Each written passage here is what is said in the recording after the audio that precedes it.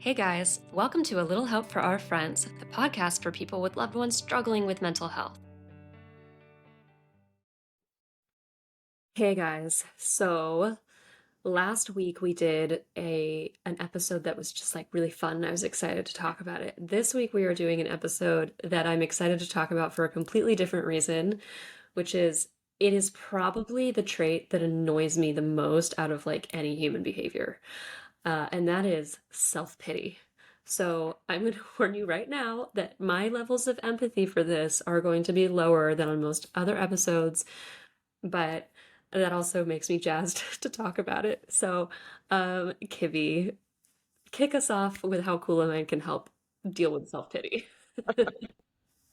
Sure.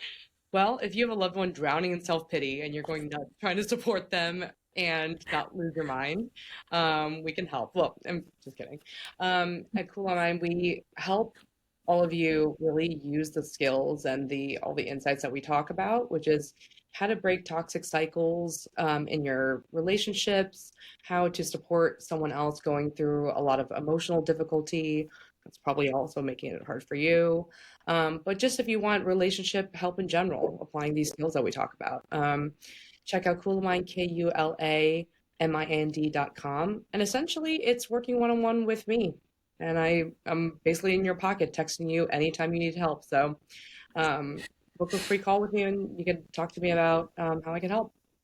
Well, Kibby, you were the person that I went to for help when I was dealing with a friend drowning in self-pity, so I can attest to that helpfulness.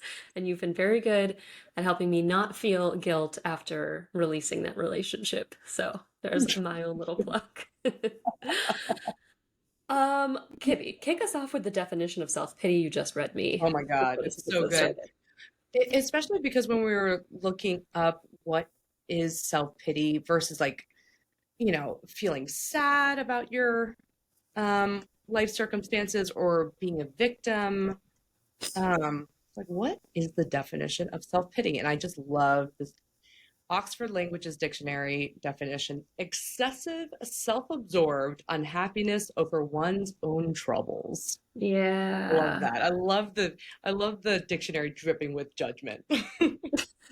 Even the dictionary is annoyed by this Yeah. behavior. So why does it annoy you so much? What about it? Like, can Uh, you give me an example of how this shows up? I mean, it's everywhere now these days. I don't know if I'm biased, but yeah. it's everywhere. There's such a self-absorption. There's such a narcissism in it, this feeling that, you know, I've got it worse in the world than everybody else, Mm. that, there's nothing I can do about it. The universe hates me. Just that, like, look, like everybody's gonna pity themselves sometimes. That's fine, right? Like, if I break my arm, I'm gonna pity myself for a little while. But this is when it extends past, the window of reasonability. Mhm. And, you know, obviously with some patients, with some of my patients, I have more patience with it.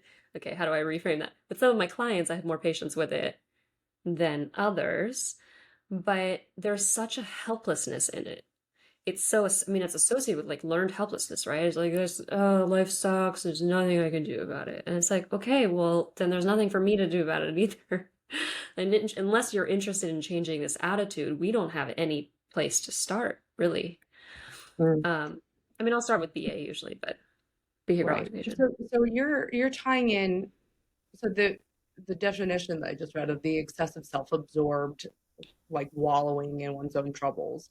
That's the feeling, right? And I was just thinking, gosh, I mean, think about how many of us have suffered from depression or like legitimately hard times and sat around being sad of for a long period of time about your problems, right? Like kind Hmm. of, depressed or ruminating or but you're also adding the thing that's probably more like frustrating for loved ones and other people and therapists is the helplessness. And it's like what do you do about it? It seems like not just feeling that emotion, but also just not doing anything to change it. Am I right? Or are you like, That's half of it, and then the other half of it is the self-absorption with it's not just, the wallowing is annoying, but it's this sense of things are worse for me than other people.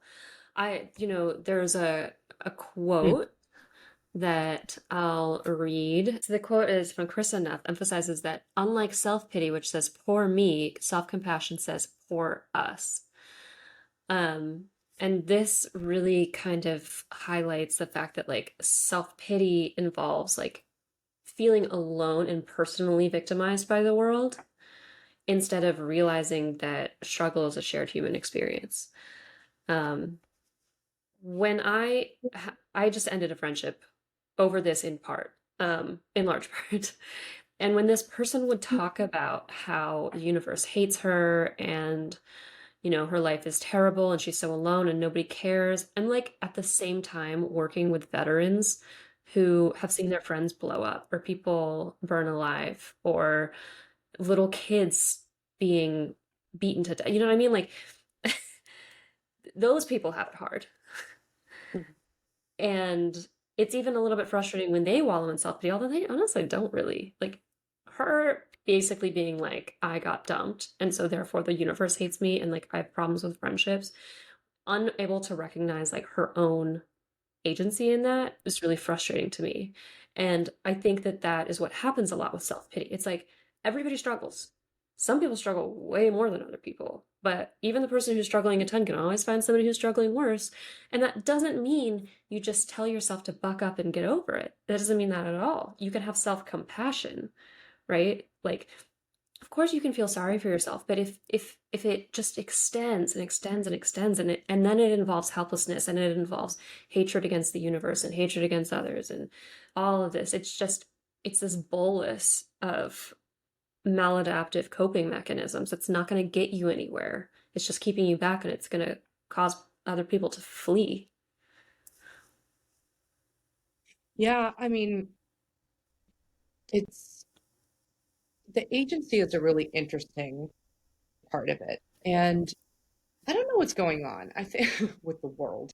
I was just recently talking to different psychologists or therapists or coaches, and everyone's kind of remarking how a lot of men are having trouble with self-pity.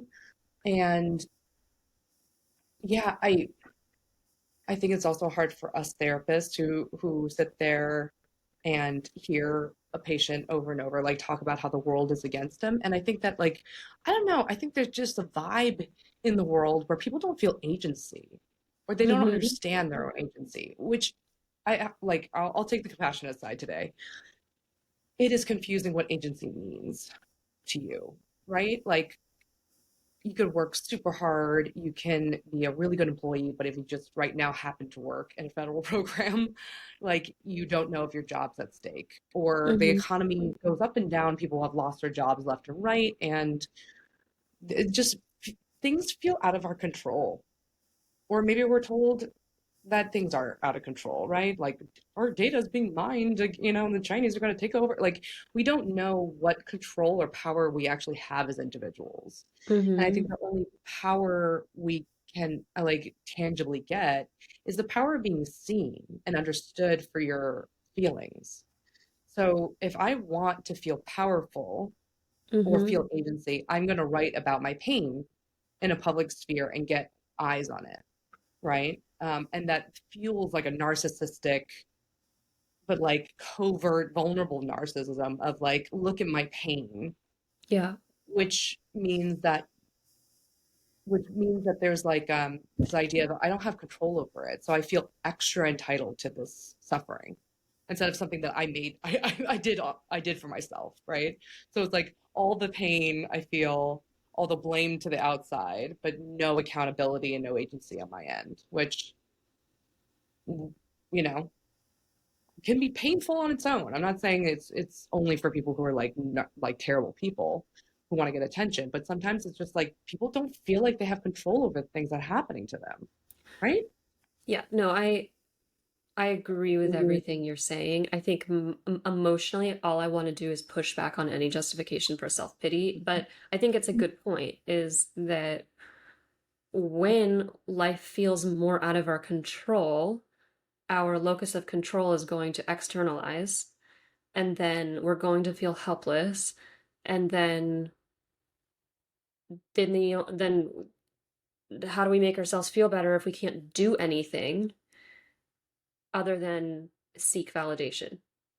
Yeah, and Um, for people who don't know what that means, external or internal locus of control is where you think um, the control over your life and what happens to you exists. Is it external, like external factors like other people, the system, our society, whatever, or is it or luck, or is it internal, like I'm able to do stuff? And there's a lot of research showing that people who have an external locus of control, especially when it comes to negative stuff, uh, mhm. no wait, both it's both, but it's different. Okay. So if you have an external locus of control, you're more likely to be depressed because you think, well, gosh, anything good that happened to me is just someone else gave it to me. I can't actually have any control or say over that. And then same with the negative stuff. So it just is like I'm helpless, as you said. So I just want to jump in with that No, that's helpful. Yeah, I mean, background. So why is it so annoying for you? Like why do you like going into your pushback against it? I think that it demands a lot of me and then rejects anything I try, Okay. other Makes than me feel off. validating the warped worldview. Uh-huh. And even then, Ooh, sometimes. Yeah. say more. I What mean, does that look like? What is the like a thing that would really get you about self I mean, if you're listening to someone drowning in self-pity? with her, it was like, this day was like went through a breakup with my friend, um, who I'm very close with. And so it'd be like, he's a monster with no empathy and, abandoned me and yada yada. And nobody loves me. And he's now happy with someone else who sucks and just like intense like negativity and criticism. And if I agreed with any of that, right, then that would be bad. If I pushed back on any of it and tried to reframe or anything, then that would be like, you're invalidating my worldview, and now I feel even more alone. Which is the thing about self pity that I'll pin um, and get back to. And if I try to offer solutions, then it's like clearly looking for validation over solutions. But the problem is that the person getting blasted with self pity all the time gets sick of validating. They get compassion burnout, right? I mean, this is like what the literature is showing, and it's also just blindingly obvious if you've ever been in this dynamic. Like it gets frustrating to validate somebody's feelings that come across as delusional and toxic and self-absorbed and con- uh, contemptuous. You know what I mean? Like it's just off. It's an off-putting experience, especially when that validation doesn't seem to lead it to anything except for more self-pity. So I think it puts the other person listening to it in a bind that feels impossible to get out of because then if they bring any of this up, then it's more evidence that nobody loves them and the universe is against them and they can't bring up their feelings or emotions and they're even more alone. Yeah, I think the bind is a really key point. I think that negative feelings about yourself, even a lot of them, like we've all been there. Like when you started talking and saying like, "Oh, I broke up with someone, he's a monster, and he's with someone else." Like, yeah, I've been there. You Mm-hmm. know, that anger rumination, the rumination over like, oh, like something that doesn't feel fair. Like Yeah. I'm at fault to doing that a lot. Um, but the interesting thing that you're saying is like it's a self-absorption. So there's something about like making you an audience, right? Mm-hmm. And it puts you in the place where you can't ignore it, right? Like it's kind of why Mm-hmm. I don't like when people talk at me when they come in and just start talking at me, but I don't feel like like you're talking to me. I'm like I can't leave right now. I can't do whatever I was doing. This is really usurping my space and time. But Mm-hmm. like you don't see me as a person. You're not like I'm just like kind of dehumanized in a real and Yeah. are objectified. And then there's like the power and control. So even thinking of the psychodynamics about it, I mean, we talk about this in DBT. when people with borderline personality disorder or other kinds of trauma, they'll fall into what we call active passivity, which means, which kind of looks like help me, but don't help me. There's nothing you can do to help me. Help Hmm. me. I'm in such suffering, but there's nothing I can do about it. You do it. Oh no, you can't do it. And the tricky part about it is we are okay with that if it actually gives that other person something to do to help them. Like if it's actually effective, it's an effective way of asking for help. Right. But when we talk about active passivity in therapy, it's also blocking the therapist's ability to help. But then what that does is it projects the helplessness. That Yeah. person feels helpless, and so they're going to make you feel helpless. Help me, help me, help me. Care about me, care about me. Oh, actually, you're not that good at it. Nothing you do is that Hmm. actually working. So it makes you the helpless one. Yes. It's crazy, right? Not crazy, Yes. but like, No, it's a beautiful way of putting it. Yeah, she would always say like, "I just want to be witnessed." And I'm like, but I'm not interested in watching this play. Like I, there's nothing in it for me, right? I, I don't. The thing is like when you come to another person and you're in pain, like, and it's somebody that loves you, like they have a limited window of tolerance for getting nothing in return. mhm, And one of the things people can get in return is feeling the self-confidence boost and the, you know, the joy that comes from genuinely helping somebody. So if you're able to co-create that dynamic, then that's one thing. But if it's just watch me, sit, I'm going to command your attention, monopolize your attention for no gain on your part forever, that mhm, person is going to leave. mhm, Because it's not interesting, it doesn't generate any kind of feelings of esteem or connection, and then that person is going to feel like I'm just an unwitting participant, like you just want me to sit here and like watch you, but you don't actually give a shit about how I feel or what's going on in my life. And mhm, then, of course, this brings up all sorts of issues with envy. I mean, if you think that the universe hates you and that other people don't love you, then, well, what about your friend who has a good life, has successes in life? Is the self-pitying person going to be able to feel happiness for you? Probably not. mhm. So it's like, what can you even bring to that person? That might be a part of narcissism, the envy part. I think that there's something inherent in your conceptualization of self-pity that might not be all of it, all of self-pity.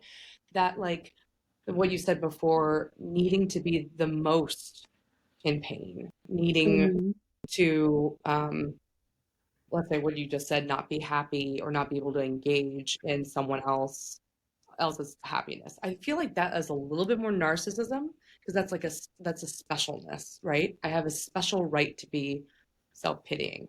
There are plenty of people like patients or otherwise who I've experienced like a lot of self-pity from who are still able to be happy for someone else. Not in like the happiest way because they're depressed, but they might be Right. like, I'm the worst, I'm terrible, nothing good happens to me. Oh, my friend, oh, I'm glad that she's happy, but uh, so I think it's like what you do with that negativity makes a I difference mean, of like the narcissism versus just self-pity.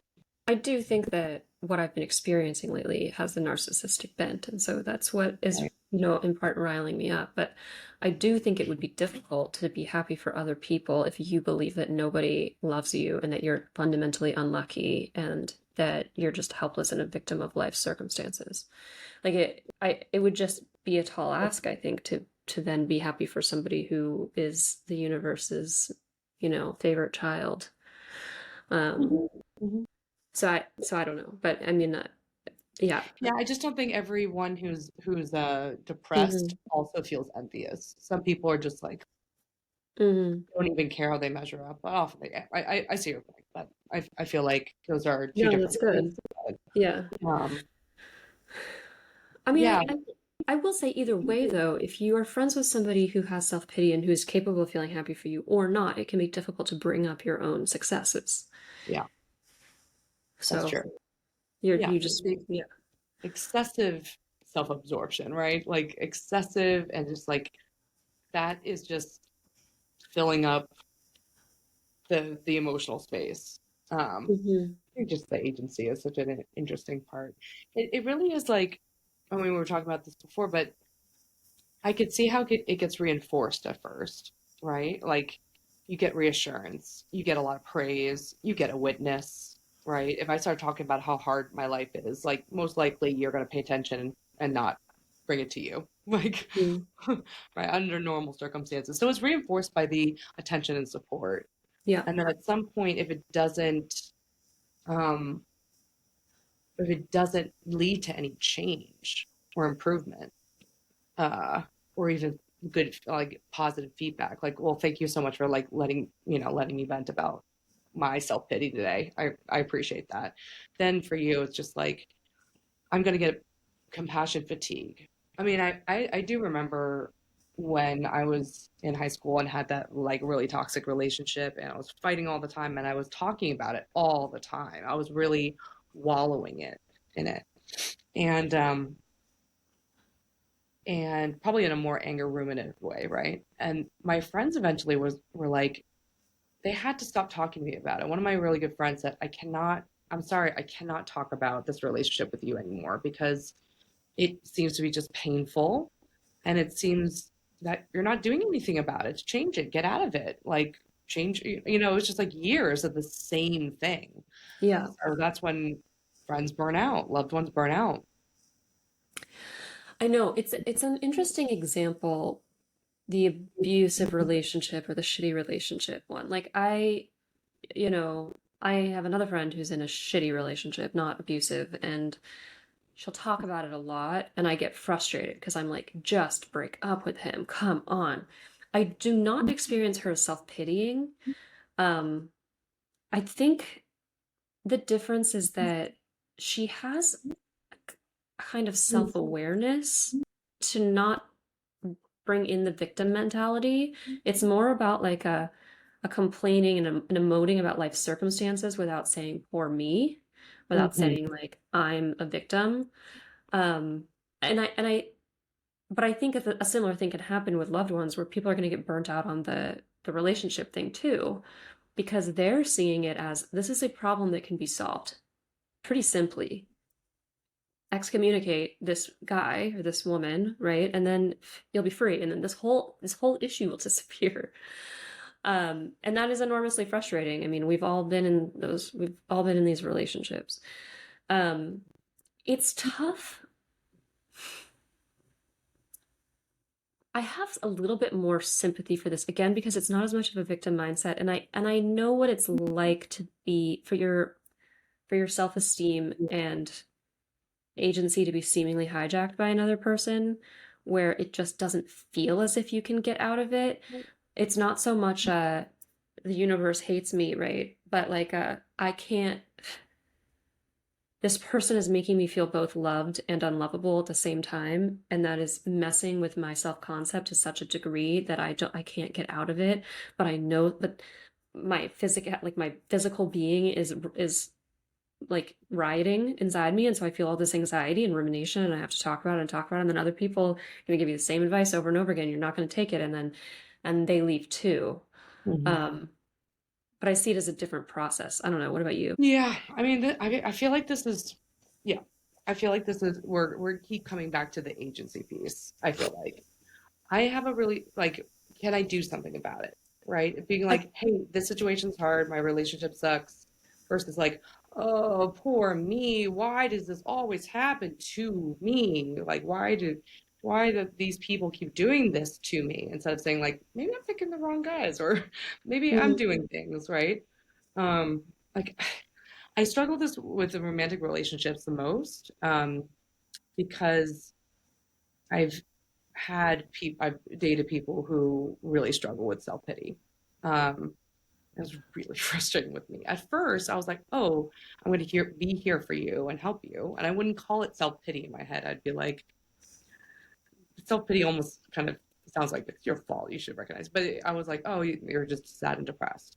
But then, when you're in a relationship with someone, and one of them is drowning in self pity, that means that they're dropping all their agency and control and putting all the responsibility on the world, aka you, right? Mm-hmm. Like if it's like, oh God, my life sucks. This is really, oh, I can't believe this is happening to me. And what we're talking about is our lives. Well, I'm the only one left who manufactured this thing that's hurting you, right? And I think it's been hard for me because I'm a really like doer when it comes to hard things and challenges. I may overcompensate by like doing too much, but I tend to like really dive into action when I'm upset. And Mm-hmm. so I am a very agentic, like like I'm the one who drives a lot of things and decisions, right? So I'm an easy target for like all the responsibility we put on me. I'll give you an example. There was I had a boyfriend who didn't couldn't get around without a car, and he had a lot of financial problems in part because he um, got fired from his job and refused to get another one. And this is actually not my ex-husband; it's the relationship before. So he was like, "Oh, I don't have a job, and I'm not gonna look for one. Poor me, life is so hard, right? I don't have any money." Um, and wouldn't seem to want to change it. And so he was looking to get a car, and we were talking about, different used cars that are like affordable within what he had and what he could manage. And he decided to go and get a loan for a brand new car, like 30 grand. And I was dumb enough to co-sign on that lease, by the way, because he was like, "Oh, but I need a car, and if I were ever to get a job, I'm gonna get right." So I'm like, "Okay, fine, I'll co-sign it on these." And so he had $30,000 in debt because he got a brand new car. He insisted on getting a brand new car. Um, and then when we were breaking up, he started. First of all, we were breaking up because he got frustrated and was like stormed upstairs, and I went upstairs to see what he was doing. He was packing furiously, and he was just like, "I'm out. I'm done. We're over." And I was like, "I'm really glad you're saying this because I've been thinking about this for a while too. I'm glad this is mutual." And he was like, "What?" And he like broke down, was like screaming, crying, and then he ran outside.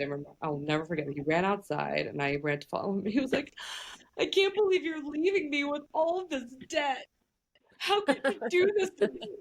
How could you leave me with this debt?" And at the time, I just felt so bad. I got back together with him. I was like, "Oh, I'm sorry," like, and then later on, I was like, "I didn't tell you to buy that fancy new car. What are you talking about?" But that was like the most annoying, and a lot of things like that happen, but annoying version of self-pity where it's just like you're just like you're creating bad things for your life. And yes, there are a lot of external circumstances that are hard, Yeah. but you know, um, it's not all the outside. It's also like what can we do about it? Right. There's just a fundamental like lack of self-awareness that comes with a lot of self-pity. Mhm. Just like, and that again is the lack of agents because they're not seeing their own agency in these situations. But a lot of times when I see self-pity, I've got two major camps of it in my head. I think just experiences that I've had with it. One is that more kind of narcissistic, self-absorbed, self-pitying, and one comes from chronic pain. I like really struggle with treating chronic pain in part because if you have chronic pain, it's hard for me to see how you wouldn't be depressed. Like Mhm. me having a headache just makes me like incapable of productivity. Yeah. So like imagining my whole body being in pain constantly or a part of my body, whatever, is just like, oh my God. And so that kind of self-pity is also frustrating for me, but it's far more understandable. Um, because that person actually has to go above and beyond to find their agency than, you know, Sure. the other camp. I would argue like emotional pain could also feel like that. There's some people with suicidal thoughts and tendencies that like Yes. it really feels like a physical, I can't control this. And I think that's the important part. If you want to think about it in a sympathetic way, the people who we're talking about might actually feel like they are not in control of what bad things are happening. For example, if there's some people, especially with personality disorders, who just like are mean and damaging to the relationships and then be like, why does everyone leave me? I don't understand. It's because they don't have the awareness to see their agency, like what they did to cause it, and which means that they can't see what they can do to stop it, right? Yeah. So there's that blindness. But then it's another thing if you go, you can do this, here are the tools, go for it, and they don't want to take control. Now Yeah. that's a different question. Like what is reinforcing you not taking responsibility or not saying you could change your situation? What does that do for you? I You mean, know? I You off the hook? completely agree with you. And I mean, part of this is just like my own frustration biasing me. Of course, emotional pain can feel worse than chronic pain in certain circumstances. And the way that you're raised, right, or the trauma you've suffered is going to make it feel as immovable and intractable as physical pain. I guess there's still part of me that's like, with the person who is doing this from an emotional painful place, it is easier to say to them, in a sense, like, here are your resources, go do something with them. When somebody has chronic pain, you can say, here are your resources, but they're still limited in what they can do with it. Mhm. Like they they are going to lose hobbies. They are going to lose like travel. They're gonna lose mobility. They're gonna, like lose sensory ability. There's just a real loss there. And no matter what they do, there's still going to be a limitation. And I mean, you could make the same argument with emotional pain, but I don't know. But it's just like sometimes with chronic pain, I can feel the helplessness very easily because I know that whatever I can do, it's not going to get rid of the fundamental Yeah, problem. right. And I I don't always feel that with emotional pain. I think that's the key, right? Like if you're thinking about physical pain, like I can't actually do something about it. And with the emotional pain, you're like, you can do something about it. Yeah. I mean, it's hard to say. I mean, I think that when we talk about like what's the what to do about it, like what the tips are. If we think about like how do us therapists deal with patients who are like, oh, everything's the worst, my life sucks, there's nothing, I can't believe all these people did this to me. In DBT, I like this like metaphor that was really nice, and I like the spirit of it. It's like you could tell these people who pity themselves, okay, you might not have pushed you into the pool, Mm-hmm. but, but you're going to have to swim out of it. Mm-hmm. And that, I just love that. It's like, fine. I think you could lean in with like validation for the sadness they're probably feeling, the emotions. But it could be like, yeah, all this crappy stuff happened to you because of bad luck, external circumstances, whatever. But Yeah. what are you going to do about it? You Mm-hmm. tell me what you're going to do about it because no one is going to rescue you from this. You might attribute the problem to the world, but the world's not going to get you out of it, unfortunately. And Yeah. that sucks. So what are you going to do about it? And I think in that in that spirit, we would like prompt the patient to be like, all right, what do you think is going to help? You tell me. Drop the Yeah. rope. Just like you tell me. I'm not going to keep try to pull and fight against your beliefs that you don't have any control. All right, fine. Like, what are we going to do? Are we going to stay this miserable? We can do that. But that's a choice. And that is agency, is choosing to pity yourself. And if they say, I don't know. I'm like, okay, well, I don't know either. I guess we're gonna wallow. What does that look like? What do we just felt that? What if like how would you change if the world was completely out of your control? Bad things can happen randomly. What are you gonna do? Like, let's just accept that. You have zero control. Now what? I need to get brave enough to say these things to people. Have I? I have said similar things in therapy Hmm. when I'll be a little bit more genuine and be like, I've noticed that I'm giving you, like, I'm really working hard here with you. I, you say all these things, and I'm like, what else can I throw at them? What can I do to support them? And I'm trying all these things and nothing works. And I feel so helpless. Do you feel helpless? Yeah, we feel pretty helpless. What are we going to do now? What does helpless feel like? Let's sit in that for a while. I think that I would do that. I would slow down, but that's me working with it. As a Hmm. friend, I'd be like, I'm part of your world, man. I got to do stuff. I got to take out the trash. I got. Yeah.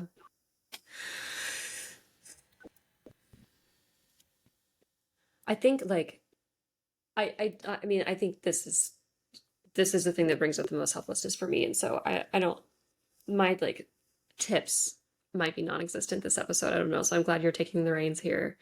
I do think that part of this is like recognizing how maladaptive this is going to be. I mean, the research here is incredibly scant, but what there is was talking about all of the things we've talked about thus far, but also this sense of like the social repercussions of this and the mental health repercussions, which is like as you ruminate with this external locus of control, with this helplessness, you're only going to make your situation worse because you're going to be generating and generating and generating more and more thoughts about your own helplessness, about how everything sucks, Yeah. about life's unfairness. And then what's going to happen is that you're going to want people to rescue you, and they will at first, which also will continue to generate this. And then you're going to have this dual process of self-hatred and other hatred. Like, I'm so terrible. Why aren't people rescuing me? They're so terrible. And that's going to push people away extremely quickly. And so then you're going to feed more and more into the isolation. So I think like step one of this is recognizing that it's happening. And I want to be clear, like this doesn't mean suppress. I mean, it might initially if you want to keep your friends. But this doesn't mean like it doesn't mean that it's not justifiable to feel bad for yourself. Like shitty things happen in life, and of course you're going to feel bad for yourself. Some things do suck. There is a kind of injustice mentality though that I think happens a lot with this, where it starts with an assumption that life should be fair, and it's just not fair to me. The rules aren't working to me. And that's never going to get you anywhere because everybody else is existing in this unfair world too, and they're attempting to make it work. And so this like justice, mindset is just like it's not going to get you anywhere because you're not accepting the reality of this of your life, which is like the world does not give a shit about you. People do, some Yeah, people. there was, there is some research that we found that said that self-pity Helpful. might actually be a helpful, adaptive response to recognizing when you are helpless, right? Okay, Like, well, first of all, this is a philosophical paper. It's not a psychological paper, so this was not an empirical study. that's So I just want to, yeah. that's cool. But I do want to recognize that there might be some situations where you can pity yourself a little bit, right? Like, if you're just like plugging away and suddenly it hits you how hard things have been or how crappy some institutions and groups and communities and social norms are for certain people. Like some things just aren't fair, and you might have a moment where you're like, like kind of wallow in it and go, "Oh my God!" Like, Hmm. like I had cancer last year. Raising a 2.5-year-old. Like what? Like I feel bad for myself right now. Hmm. But like with anything, that coping with that is leaning into the sadness, the shock, sadness, anger, like the feelings involved, and not like spinning in your head why it isn't fair and why you can't do anything about it, but which like spoiler alert, sometimes ruminating in your mind, like turning things over and over, is a way to avoid the emotion, right? Blame it, go and think about all the people who are to blame. Yeah. Feels productive, but it's not sitting with the sadness that things turned out the way they were. Yeah, I just want to read a quote from this paper. So basically, it says the emotional process of self-pity allows people to recognize injustice in the world without moving on and ignoring it. While the price is self-isolation, it's also a way to avoid self-delusional mechanisms. And then basically because it isolates you, it provides time and space to transform themselves by establishing a specific type of dialogue with themselves, whatever that means. But I think like I don't know if I am conceptualizing self pity in the same way that this paper is, because to me, the paper seems like it's talking more about self compassion. I mean, of course, like, eh, this is the thing. Like, on the one hand, life's not fair, and on the other hand, sometimes life is really not fair, and you do have to fight it. And so that's kind of a difficulty. But I think like, and this is where my kind of like I lean too far in the never victimize myself camp, where sometimes then I'll get victimized because I'm not recognizing my own I'm not recognizing the injustice of the situation, that someone's treating me like shit, or that maybe I should take care of myself more. So that's the other side of the coin, I suppose. I guess, but what's interesting, right, is that in this philosophy paper's conceptualization, self-pity is agentic. It allows somebody to Hmm. like if you just sit around recognizing injustice, that's completely useless. Like it's probably better to just uh, not think that you're in an unjust world unless you do something about it. Hmm. And Yes, that takes the do. agency. Yeah, Right. I would say that in that sense, I've had self like helpful self pity moments. I've had unhelpful self pity moments too. Don't get me wrong, but times when I have been like trying to work through each day and trying to get through the day feeling like crap, right? This past Hmm. year, like all the treatments, I felt like crap most of the time. And some things I'm like slower on some things that I'd like to be. My mind doesn't work as fast. I'm just like operating at like 60%. There are times where I was just like wallowing in that excessive self-absorbed self-pity where I was just like, I have cancer. Like I got cancer and it sucks. It just sucks.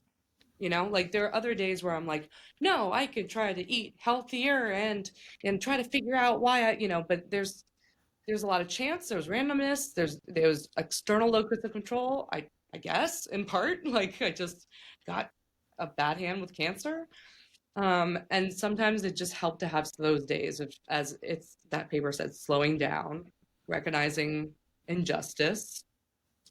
Yes, Hmm. I also felt like this is hard for a lot of people with cancer, a lot of different illnesses. Like I think I couldn't connect to like a human suffering on that level, but like there were some days where it just was helpful just to sit around being like, poor me. Yeah. Then getting myself out of it. If I stayed there for too long, I think that would be isolating and not helpful. I don't know what you did with Alex, but with me at least, you protected yourself from the socially isolating qualities of self-pity, which I think involve, so like one thing we know about self-pitying individuals is that they've got a lot of like anger, and that it tends to be anger in, meaning like they're not necessarily like throwing plates against walls, but they're like angrily ruminating. Hmm. It's like going over like injustice scripts and grr. Hmm. I didn't really get any of that from you. Not saying that would have been a terrible thing, but like chronically, this just like it is me against the world. It is me against, therefore, like you, right? Like it's me against other people. Yeah. Can really push people away. But yeah, I mean, I would have like anybody should probably feel pretty bad for themselves if they've got cancer. So I don't really know what the right. Although, but it falls on the helplessness. Like, if I were just sit around talking about like, oh, poor me, I have cancer, it Mhm. would be valid for me to say that, but it would do all the things that we talked about before, which is making you feel helpless, me feel helpless. Like, there's nothing you can do if I am like, my life sucks because of cancer. You just be like, yeah, yeah, Mm-hmm. there's something I could do to help that. Mm-hmm. Um, but I think you're talking about a very particular type of self-pity, which throws the blame on you, attacks you, Well, right? or just me With as part of the collective human race. I mean, like this girl was never basically saying like you are the source of all my problems or like you're. I mean, sometimes she would get pretty mean to me, but it was more because I was a participant and like in the human race and like wasn't being helpful enough. But I mean, like I think there's a balance thing. Like you just weren't inundating people with self-pity. B, I think that people saw you as having a pretty legitimate reason for having self-pity if you did have it. C, I never really heard a lot of like poor me. It almost felt like more like poor us, meaning all of us with cancer or who could get cancer, like which I think is again but more tough comparison. interesting differentiation that you said, I have a legitimate reason to feel sad about myself.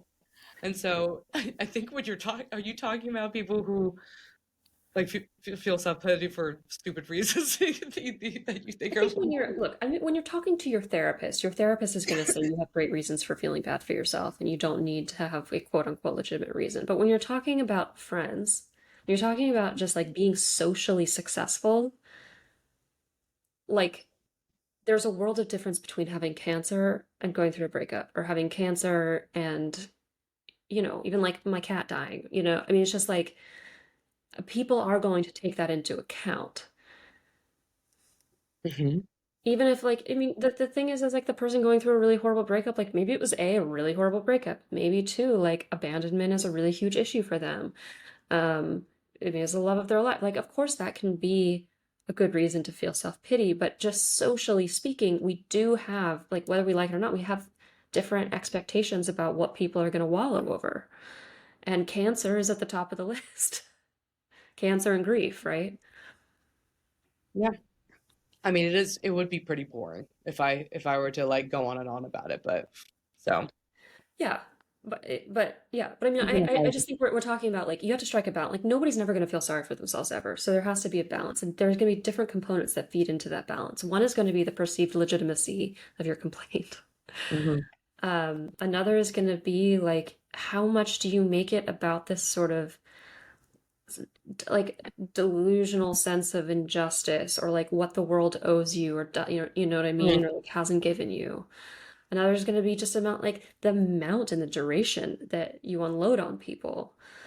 Another is going to be like how much is anger involved. Another is going to be how much do you just not accept anything the other person is saying and just want them to witness you in it. I mean, I think if we're thinking about tips for this, one of the biggest tips is just like realizing whether this is serving you or not. Because ultimately, what these people want is to be less alone. And this is going to make them more alone. Or think about why, like how it is serving you. I think if you are wallowing in self-pity, or if you're watching a loved one wallow in self-pity, you could think to yourself, what is reinforcing this? Right? It could be attention, right? Just pure attention. It could be that someone else jumps in and helps you Mm-hmm. and is like pulling you and being the source of like, come on, you can do it. Like, let's pick you, right? Like giving the agency to someone else. It could be because it relieves you of having to do anything hard that you don't want to, like work in therapy, you know, Mm-hmm. change your circumstances, right? Like you just don't want to. Yeah. So, I mean, you could think about what is reinforcing it and like try taking it away, right? Like if you notice that your loved one keeps doing, oh, life is so hard, and it gets them off the hook of a house chore, you'd be like, yeah, that's hard. Go ahead, take out the trash now, you know? Mm-hmm. Like keep giving them the agency. Don't feed into whatever's reinforcing this like helplessness, active passivity. Right, yeah. So there's tips for the people who are self-pitying, and there's tips for the Hmm. people who are enablers or, victims of self-pity. I mean, I Hmm. think Hmm. for the self-pity A, I would read Victor Hugo's Man's Search for Meaning, because Mm. then you're really going to feel bad about yourself for True. pitying yourself. I remember listening, Jacqueline and I during COVID, we did a book club that involved reading Viktor Frankl's A Man's Search for Meaning. So we just read about a man trying to survive the Holocaust as our Yeah. way of coping with COVID. It was fun. Well, yeah, because if you're pitying yourself for anything less than being at Auschwitz, then you're gonna feel like Hmm. a giant pussy after reading it. So that's my number one Yeah. suggestion. Yeah. It gets graphic with what happens there, you know? Yeah. Doesn't sound good. Cancer seems better than than what Viktor Frankl went through. I think too is just like get really real with yourself about the short and long-term consequences of this. Like you're saying, this is serving some sort of function. Be really clear on what that is, and then be really clear on the long-term consequences, which are probably going to be isolation and a continuation of helplessness and a low mood. And what, and decide for yourself whether that's worth it. Like maybe it is. Hmm. Um, I think if it's not worth it, opposite action is a good thing. Fake it till you make it, like act as if you're somebody who does not pity themselves at all. Act as if you are somebody who has agency, try things out. You know what I mean? Like, and this is why I go for behavioral activation a lot when this is the case, because I'm just like, look, like it's gonna be hard to have time to pity yourself if you're, doing a bunch of shit all the time and rediscovering your own agency, right? Um, what else? Get in touch with your values. That's another part of behavioral activation. It's like, and this is what Viktor Frankl was saying, like even when I am as even when the universe is entirely out of my control, I'm still in control of one thing, and that is me. So, what do I want to dedicate myself to? Do I, even if I pity myself, even if I feel that life is unjust, do I want to be an essentially kind person? Do I, do I want to be a generous person? Do I want to be a funny person? Do whatever the case may be, like you can still be that. Hmm. Hmm. And to feel sad, to feel the emotion driving this, like it could be a sadness somewhere, a Hmm. sadness, a time where someone took agency from you, you know, Yeah. or just returning to this feeling of helplessness and what that's connected to. So just like emotional, experiencing. Yeah. For the loved ones, I tried doing, Cut and kidding, run. Just kidding. break that toxic cycle. I mean, I'd say drop the rope. That's a DBT technique where you just stop pushing that person and just go, all right, what should we do? What do you want to do? So like giving them the floor, the Hmm. choice, right?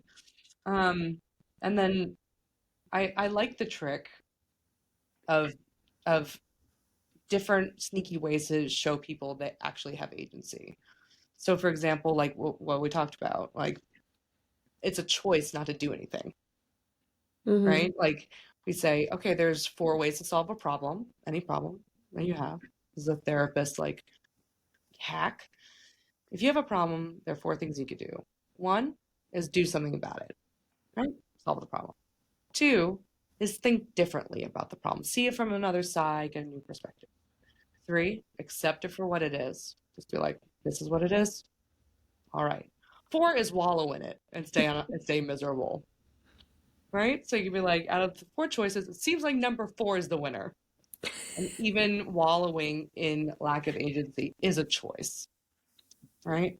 Little things like that. But sometimes you could just be like, or if you want to actually be nice, you'd be like, wow, look at this thing that you did that had agency. Isn't that great? Let's reinforce that and pay attention and ignore when they wallow in self pity. I've never presented that to anybody, and I'm going to now, and I'm really excited about it. Part. The four choices. Oh yeah, yeah. Yeah, right. It's so simple, but Yeah. it's true. Like you have four things that you could do, and the fourth one is to like do nothing and be miserable. It's like okay, that's a choice. And there Hmm. might be reasons why they choose that because maybe it's too difficult to think of other things or something else is more painful. And so wallowing and letting it drown out everything else is working in some way. But That's really good. Okay, so you can present the four choices. I think that one of the biggest hits for loved ones, this might literally be a separate episode, is to get in touch with their own. Is guilt keeping them in? And if so, is that justified guilt? Because it's very hard to leave somebody who feels as if nobody loves them, nobody gets it, nobody cares, nobody sticks around. It's very hard to hear that and then decide to be the person who won't stick around, who will remove themselves. I'm currently revved up to do this episode because I'm getting over a week's long hangover of guilt about ending my friendship. I'm sure that guilt will creep in again. But, I mean, I felt this way breaking up with my ex too, where it was just, I mean, he had a slightly different presentation, but it's just like, how could I leave this person? How could I leave them to their own devices? They don't have any devices. I'm their device. They're not as helpless as you think they are. Yeah. And then that's the story for everyone involved, the loved ones, I think Mm-hmm. if someone feels so helpless, and they might legitimately feel it, but they're treating themselves as helpless, and you are like, you're like, oh no, how can I do this to this poor helpless baby? It's like, Mm-hmm. that is all the problem here. They are grown ass adults. Mm-hmm. They'll be hurt. They'll probably add this to the bank of like why life is unfair. But Mm-hmm. like, that's their choice. Yeah. Yeah. And that goes back to them just like not accepting their own role in things. Or Mm-hmm. if they do, being like, well, I fucked that up. I guess there's nothing I can do. I'm just doomed to fuck it up That again. lack of insight, we could do a whole other episode on insight. Insight is so fascinating, but when it's lacking, it's really tough. It's really tough for the loved ones. Yeah. They don't orient themselves in space in relation to you.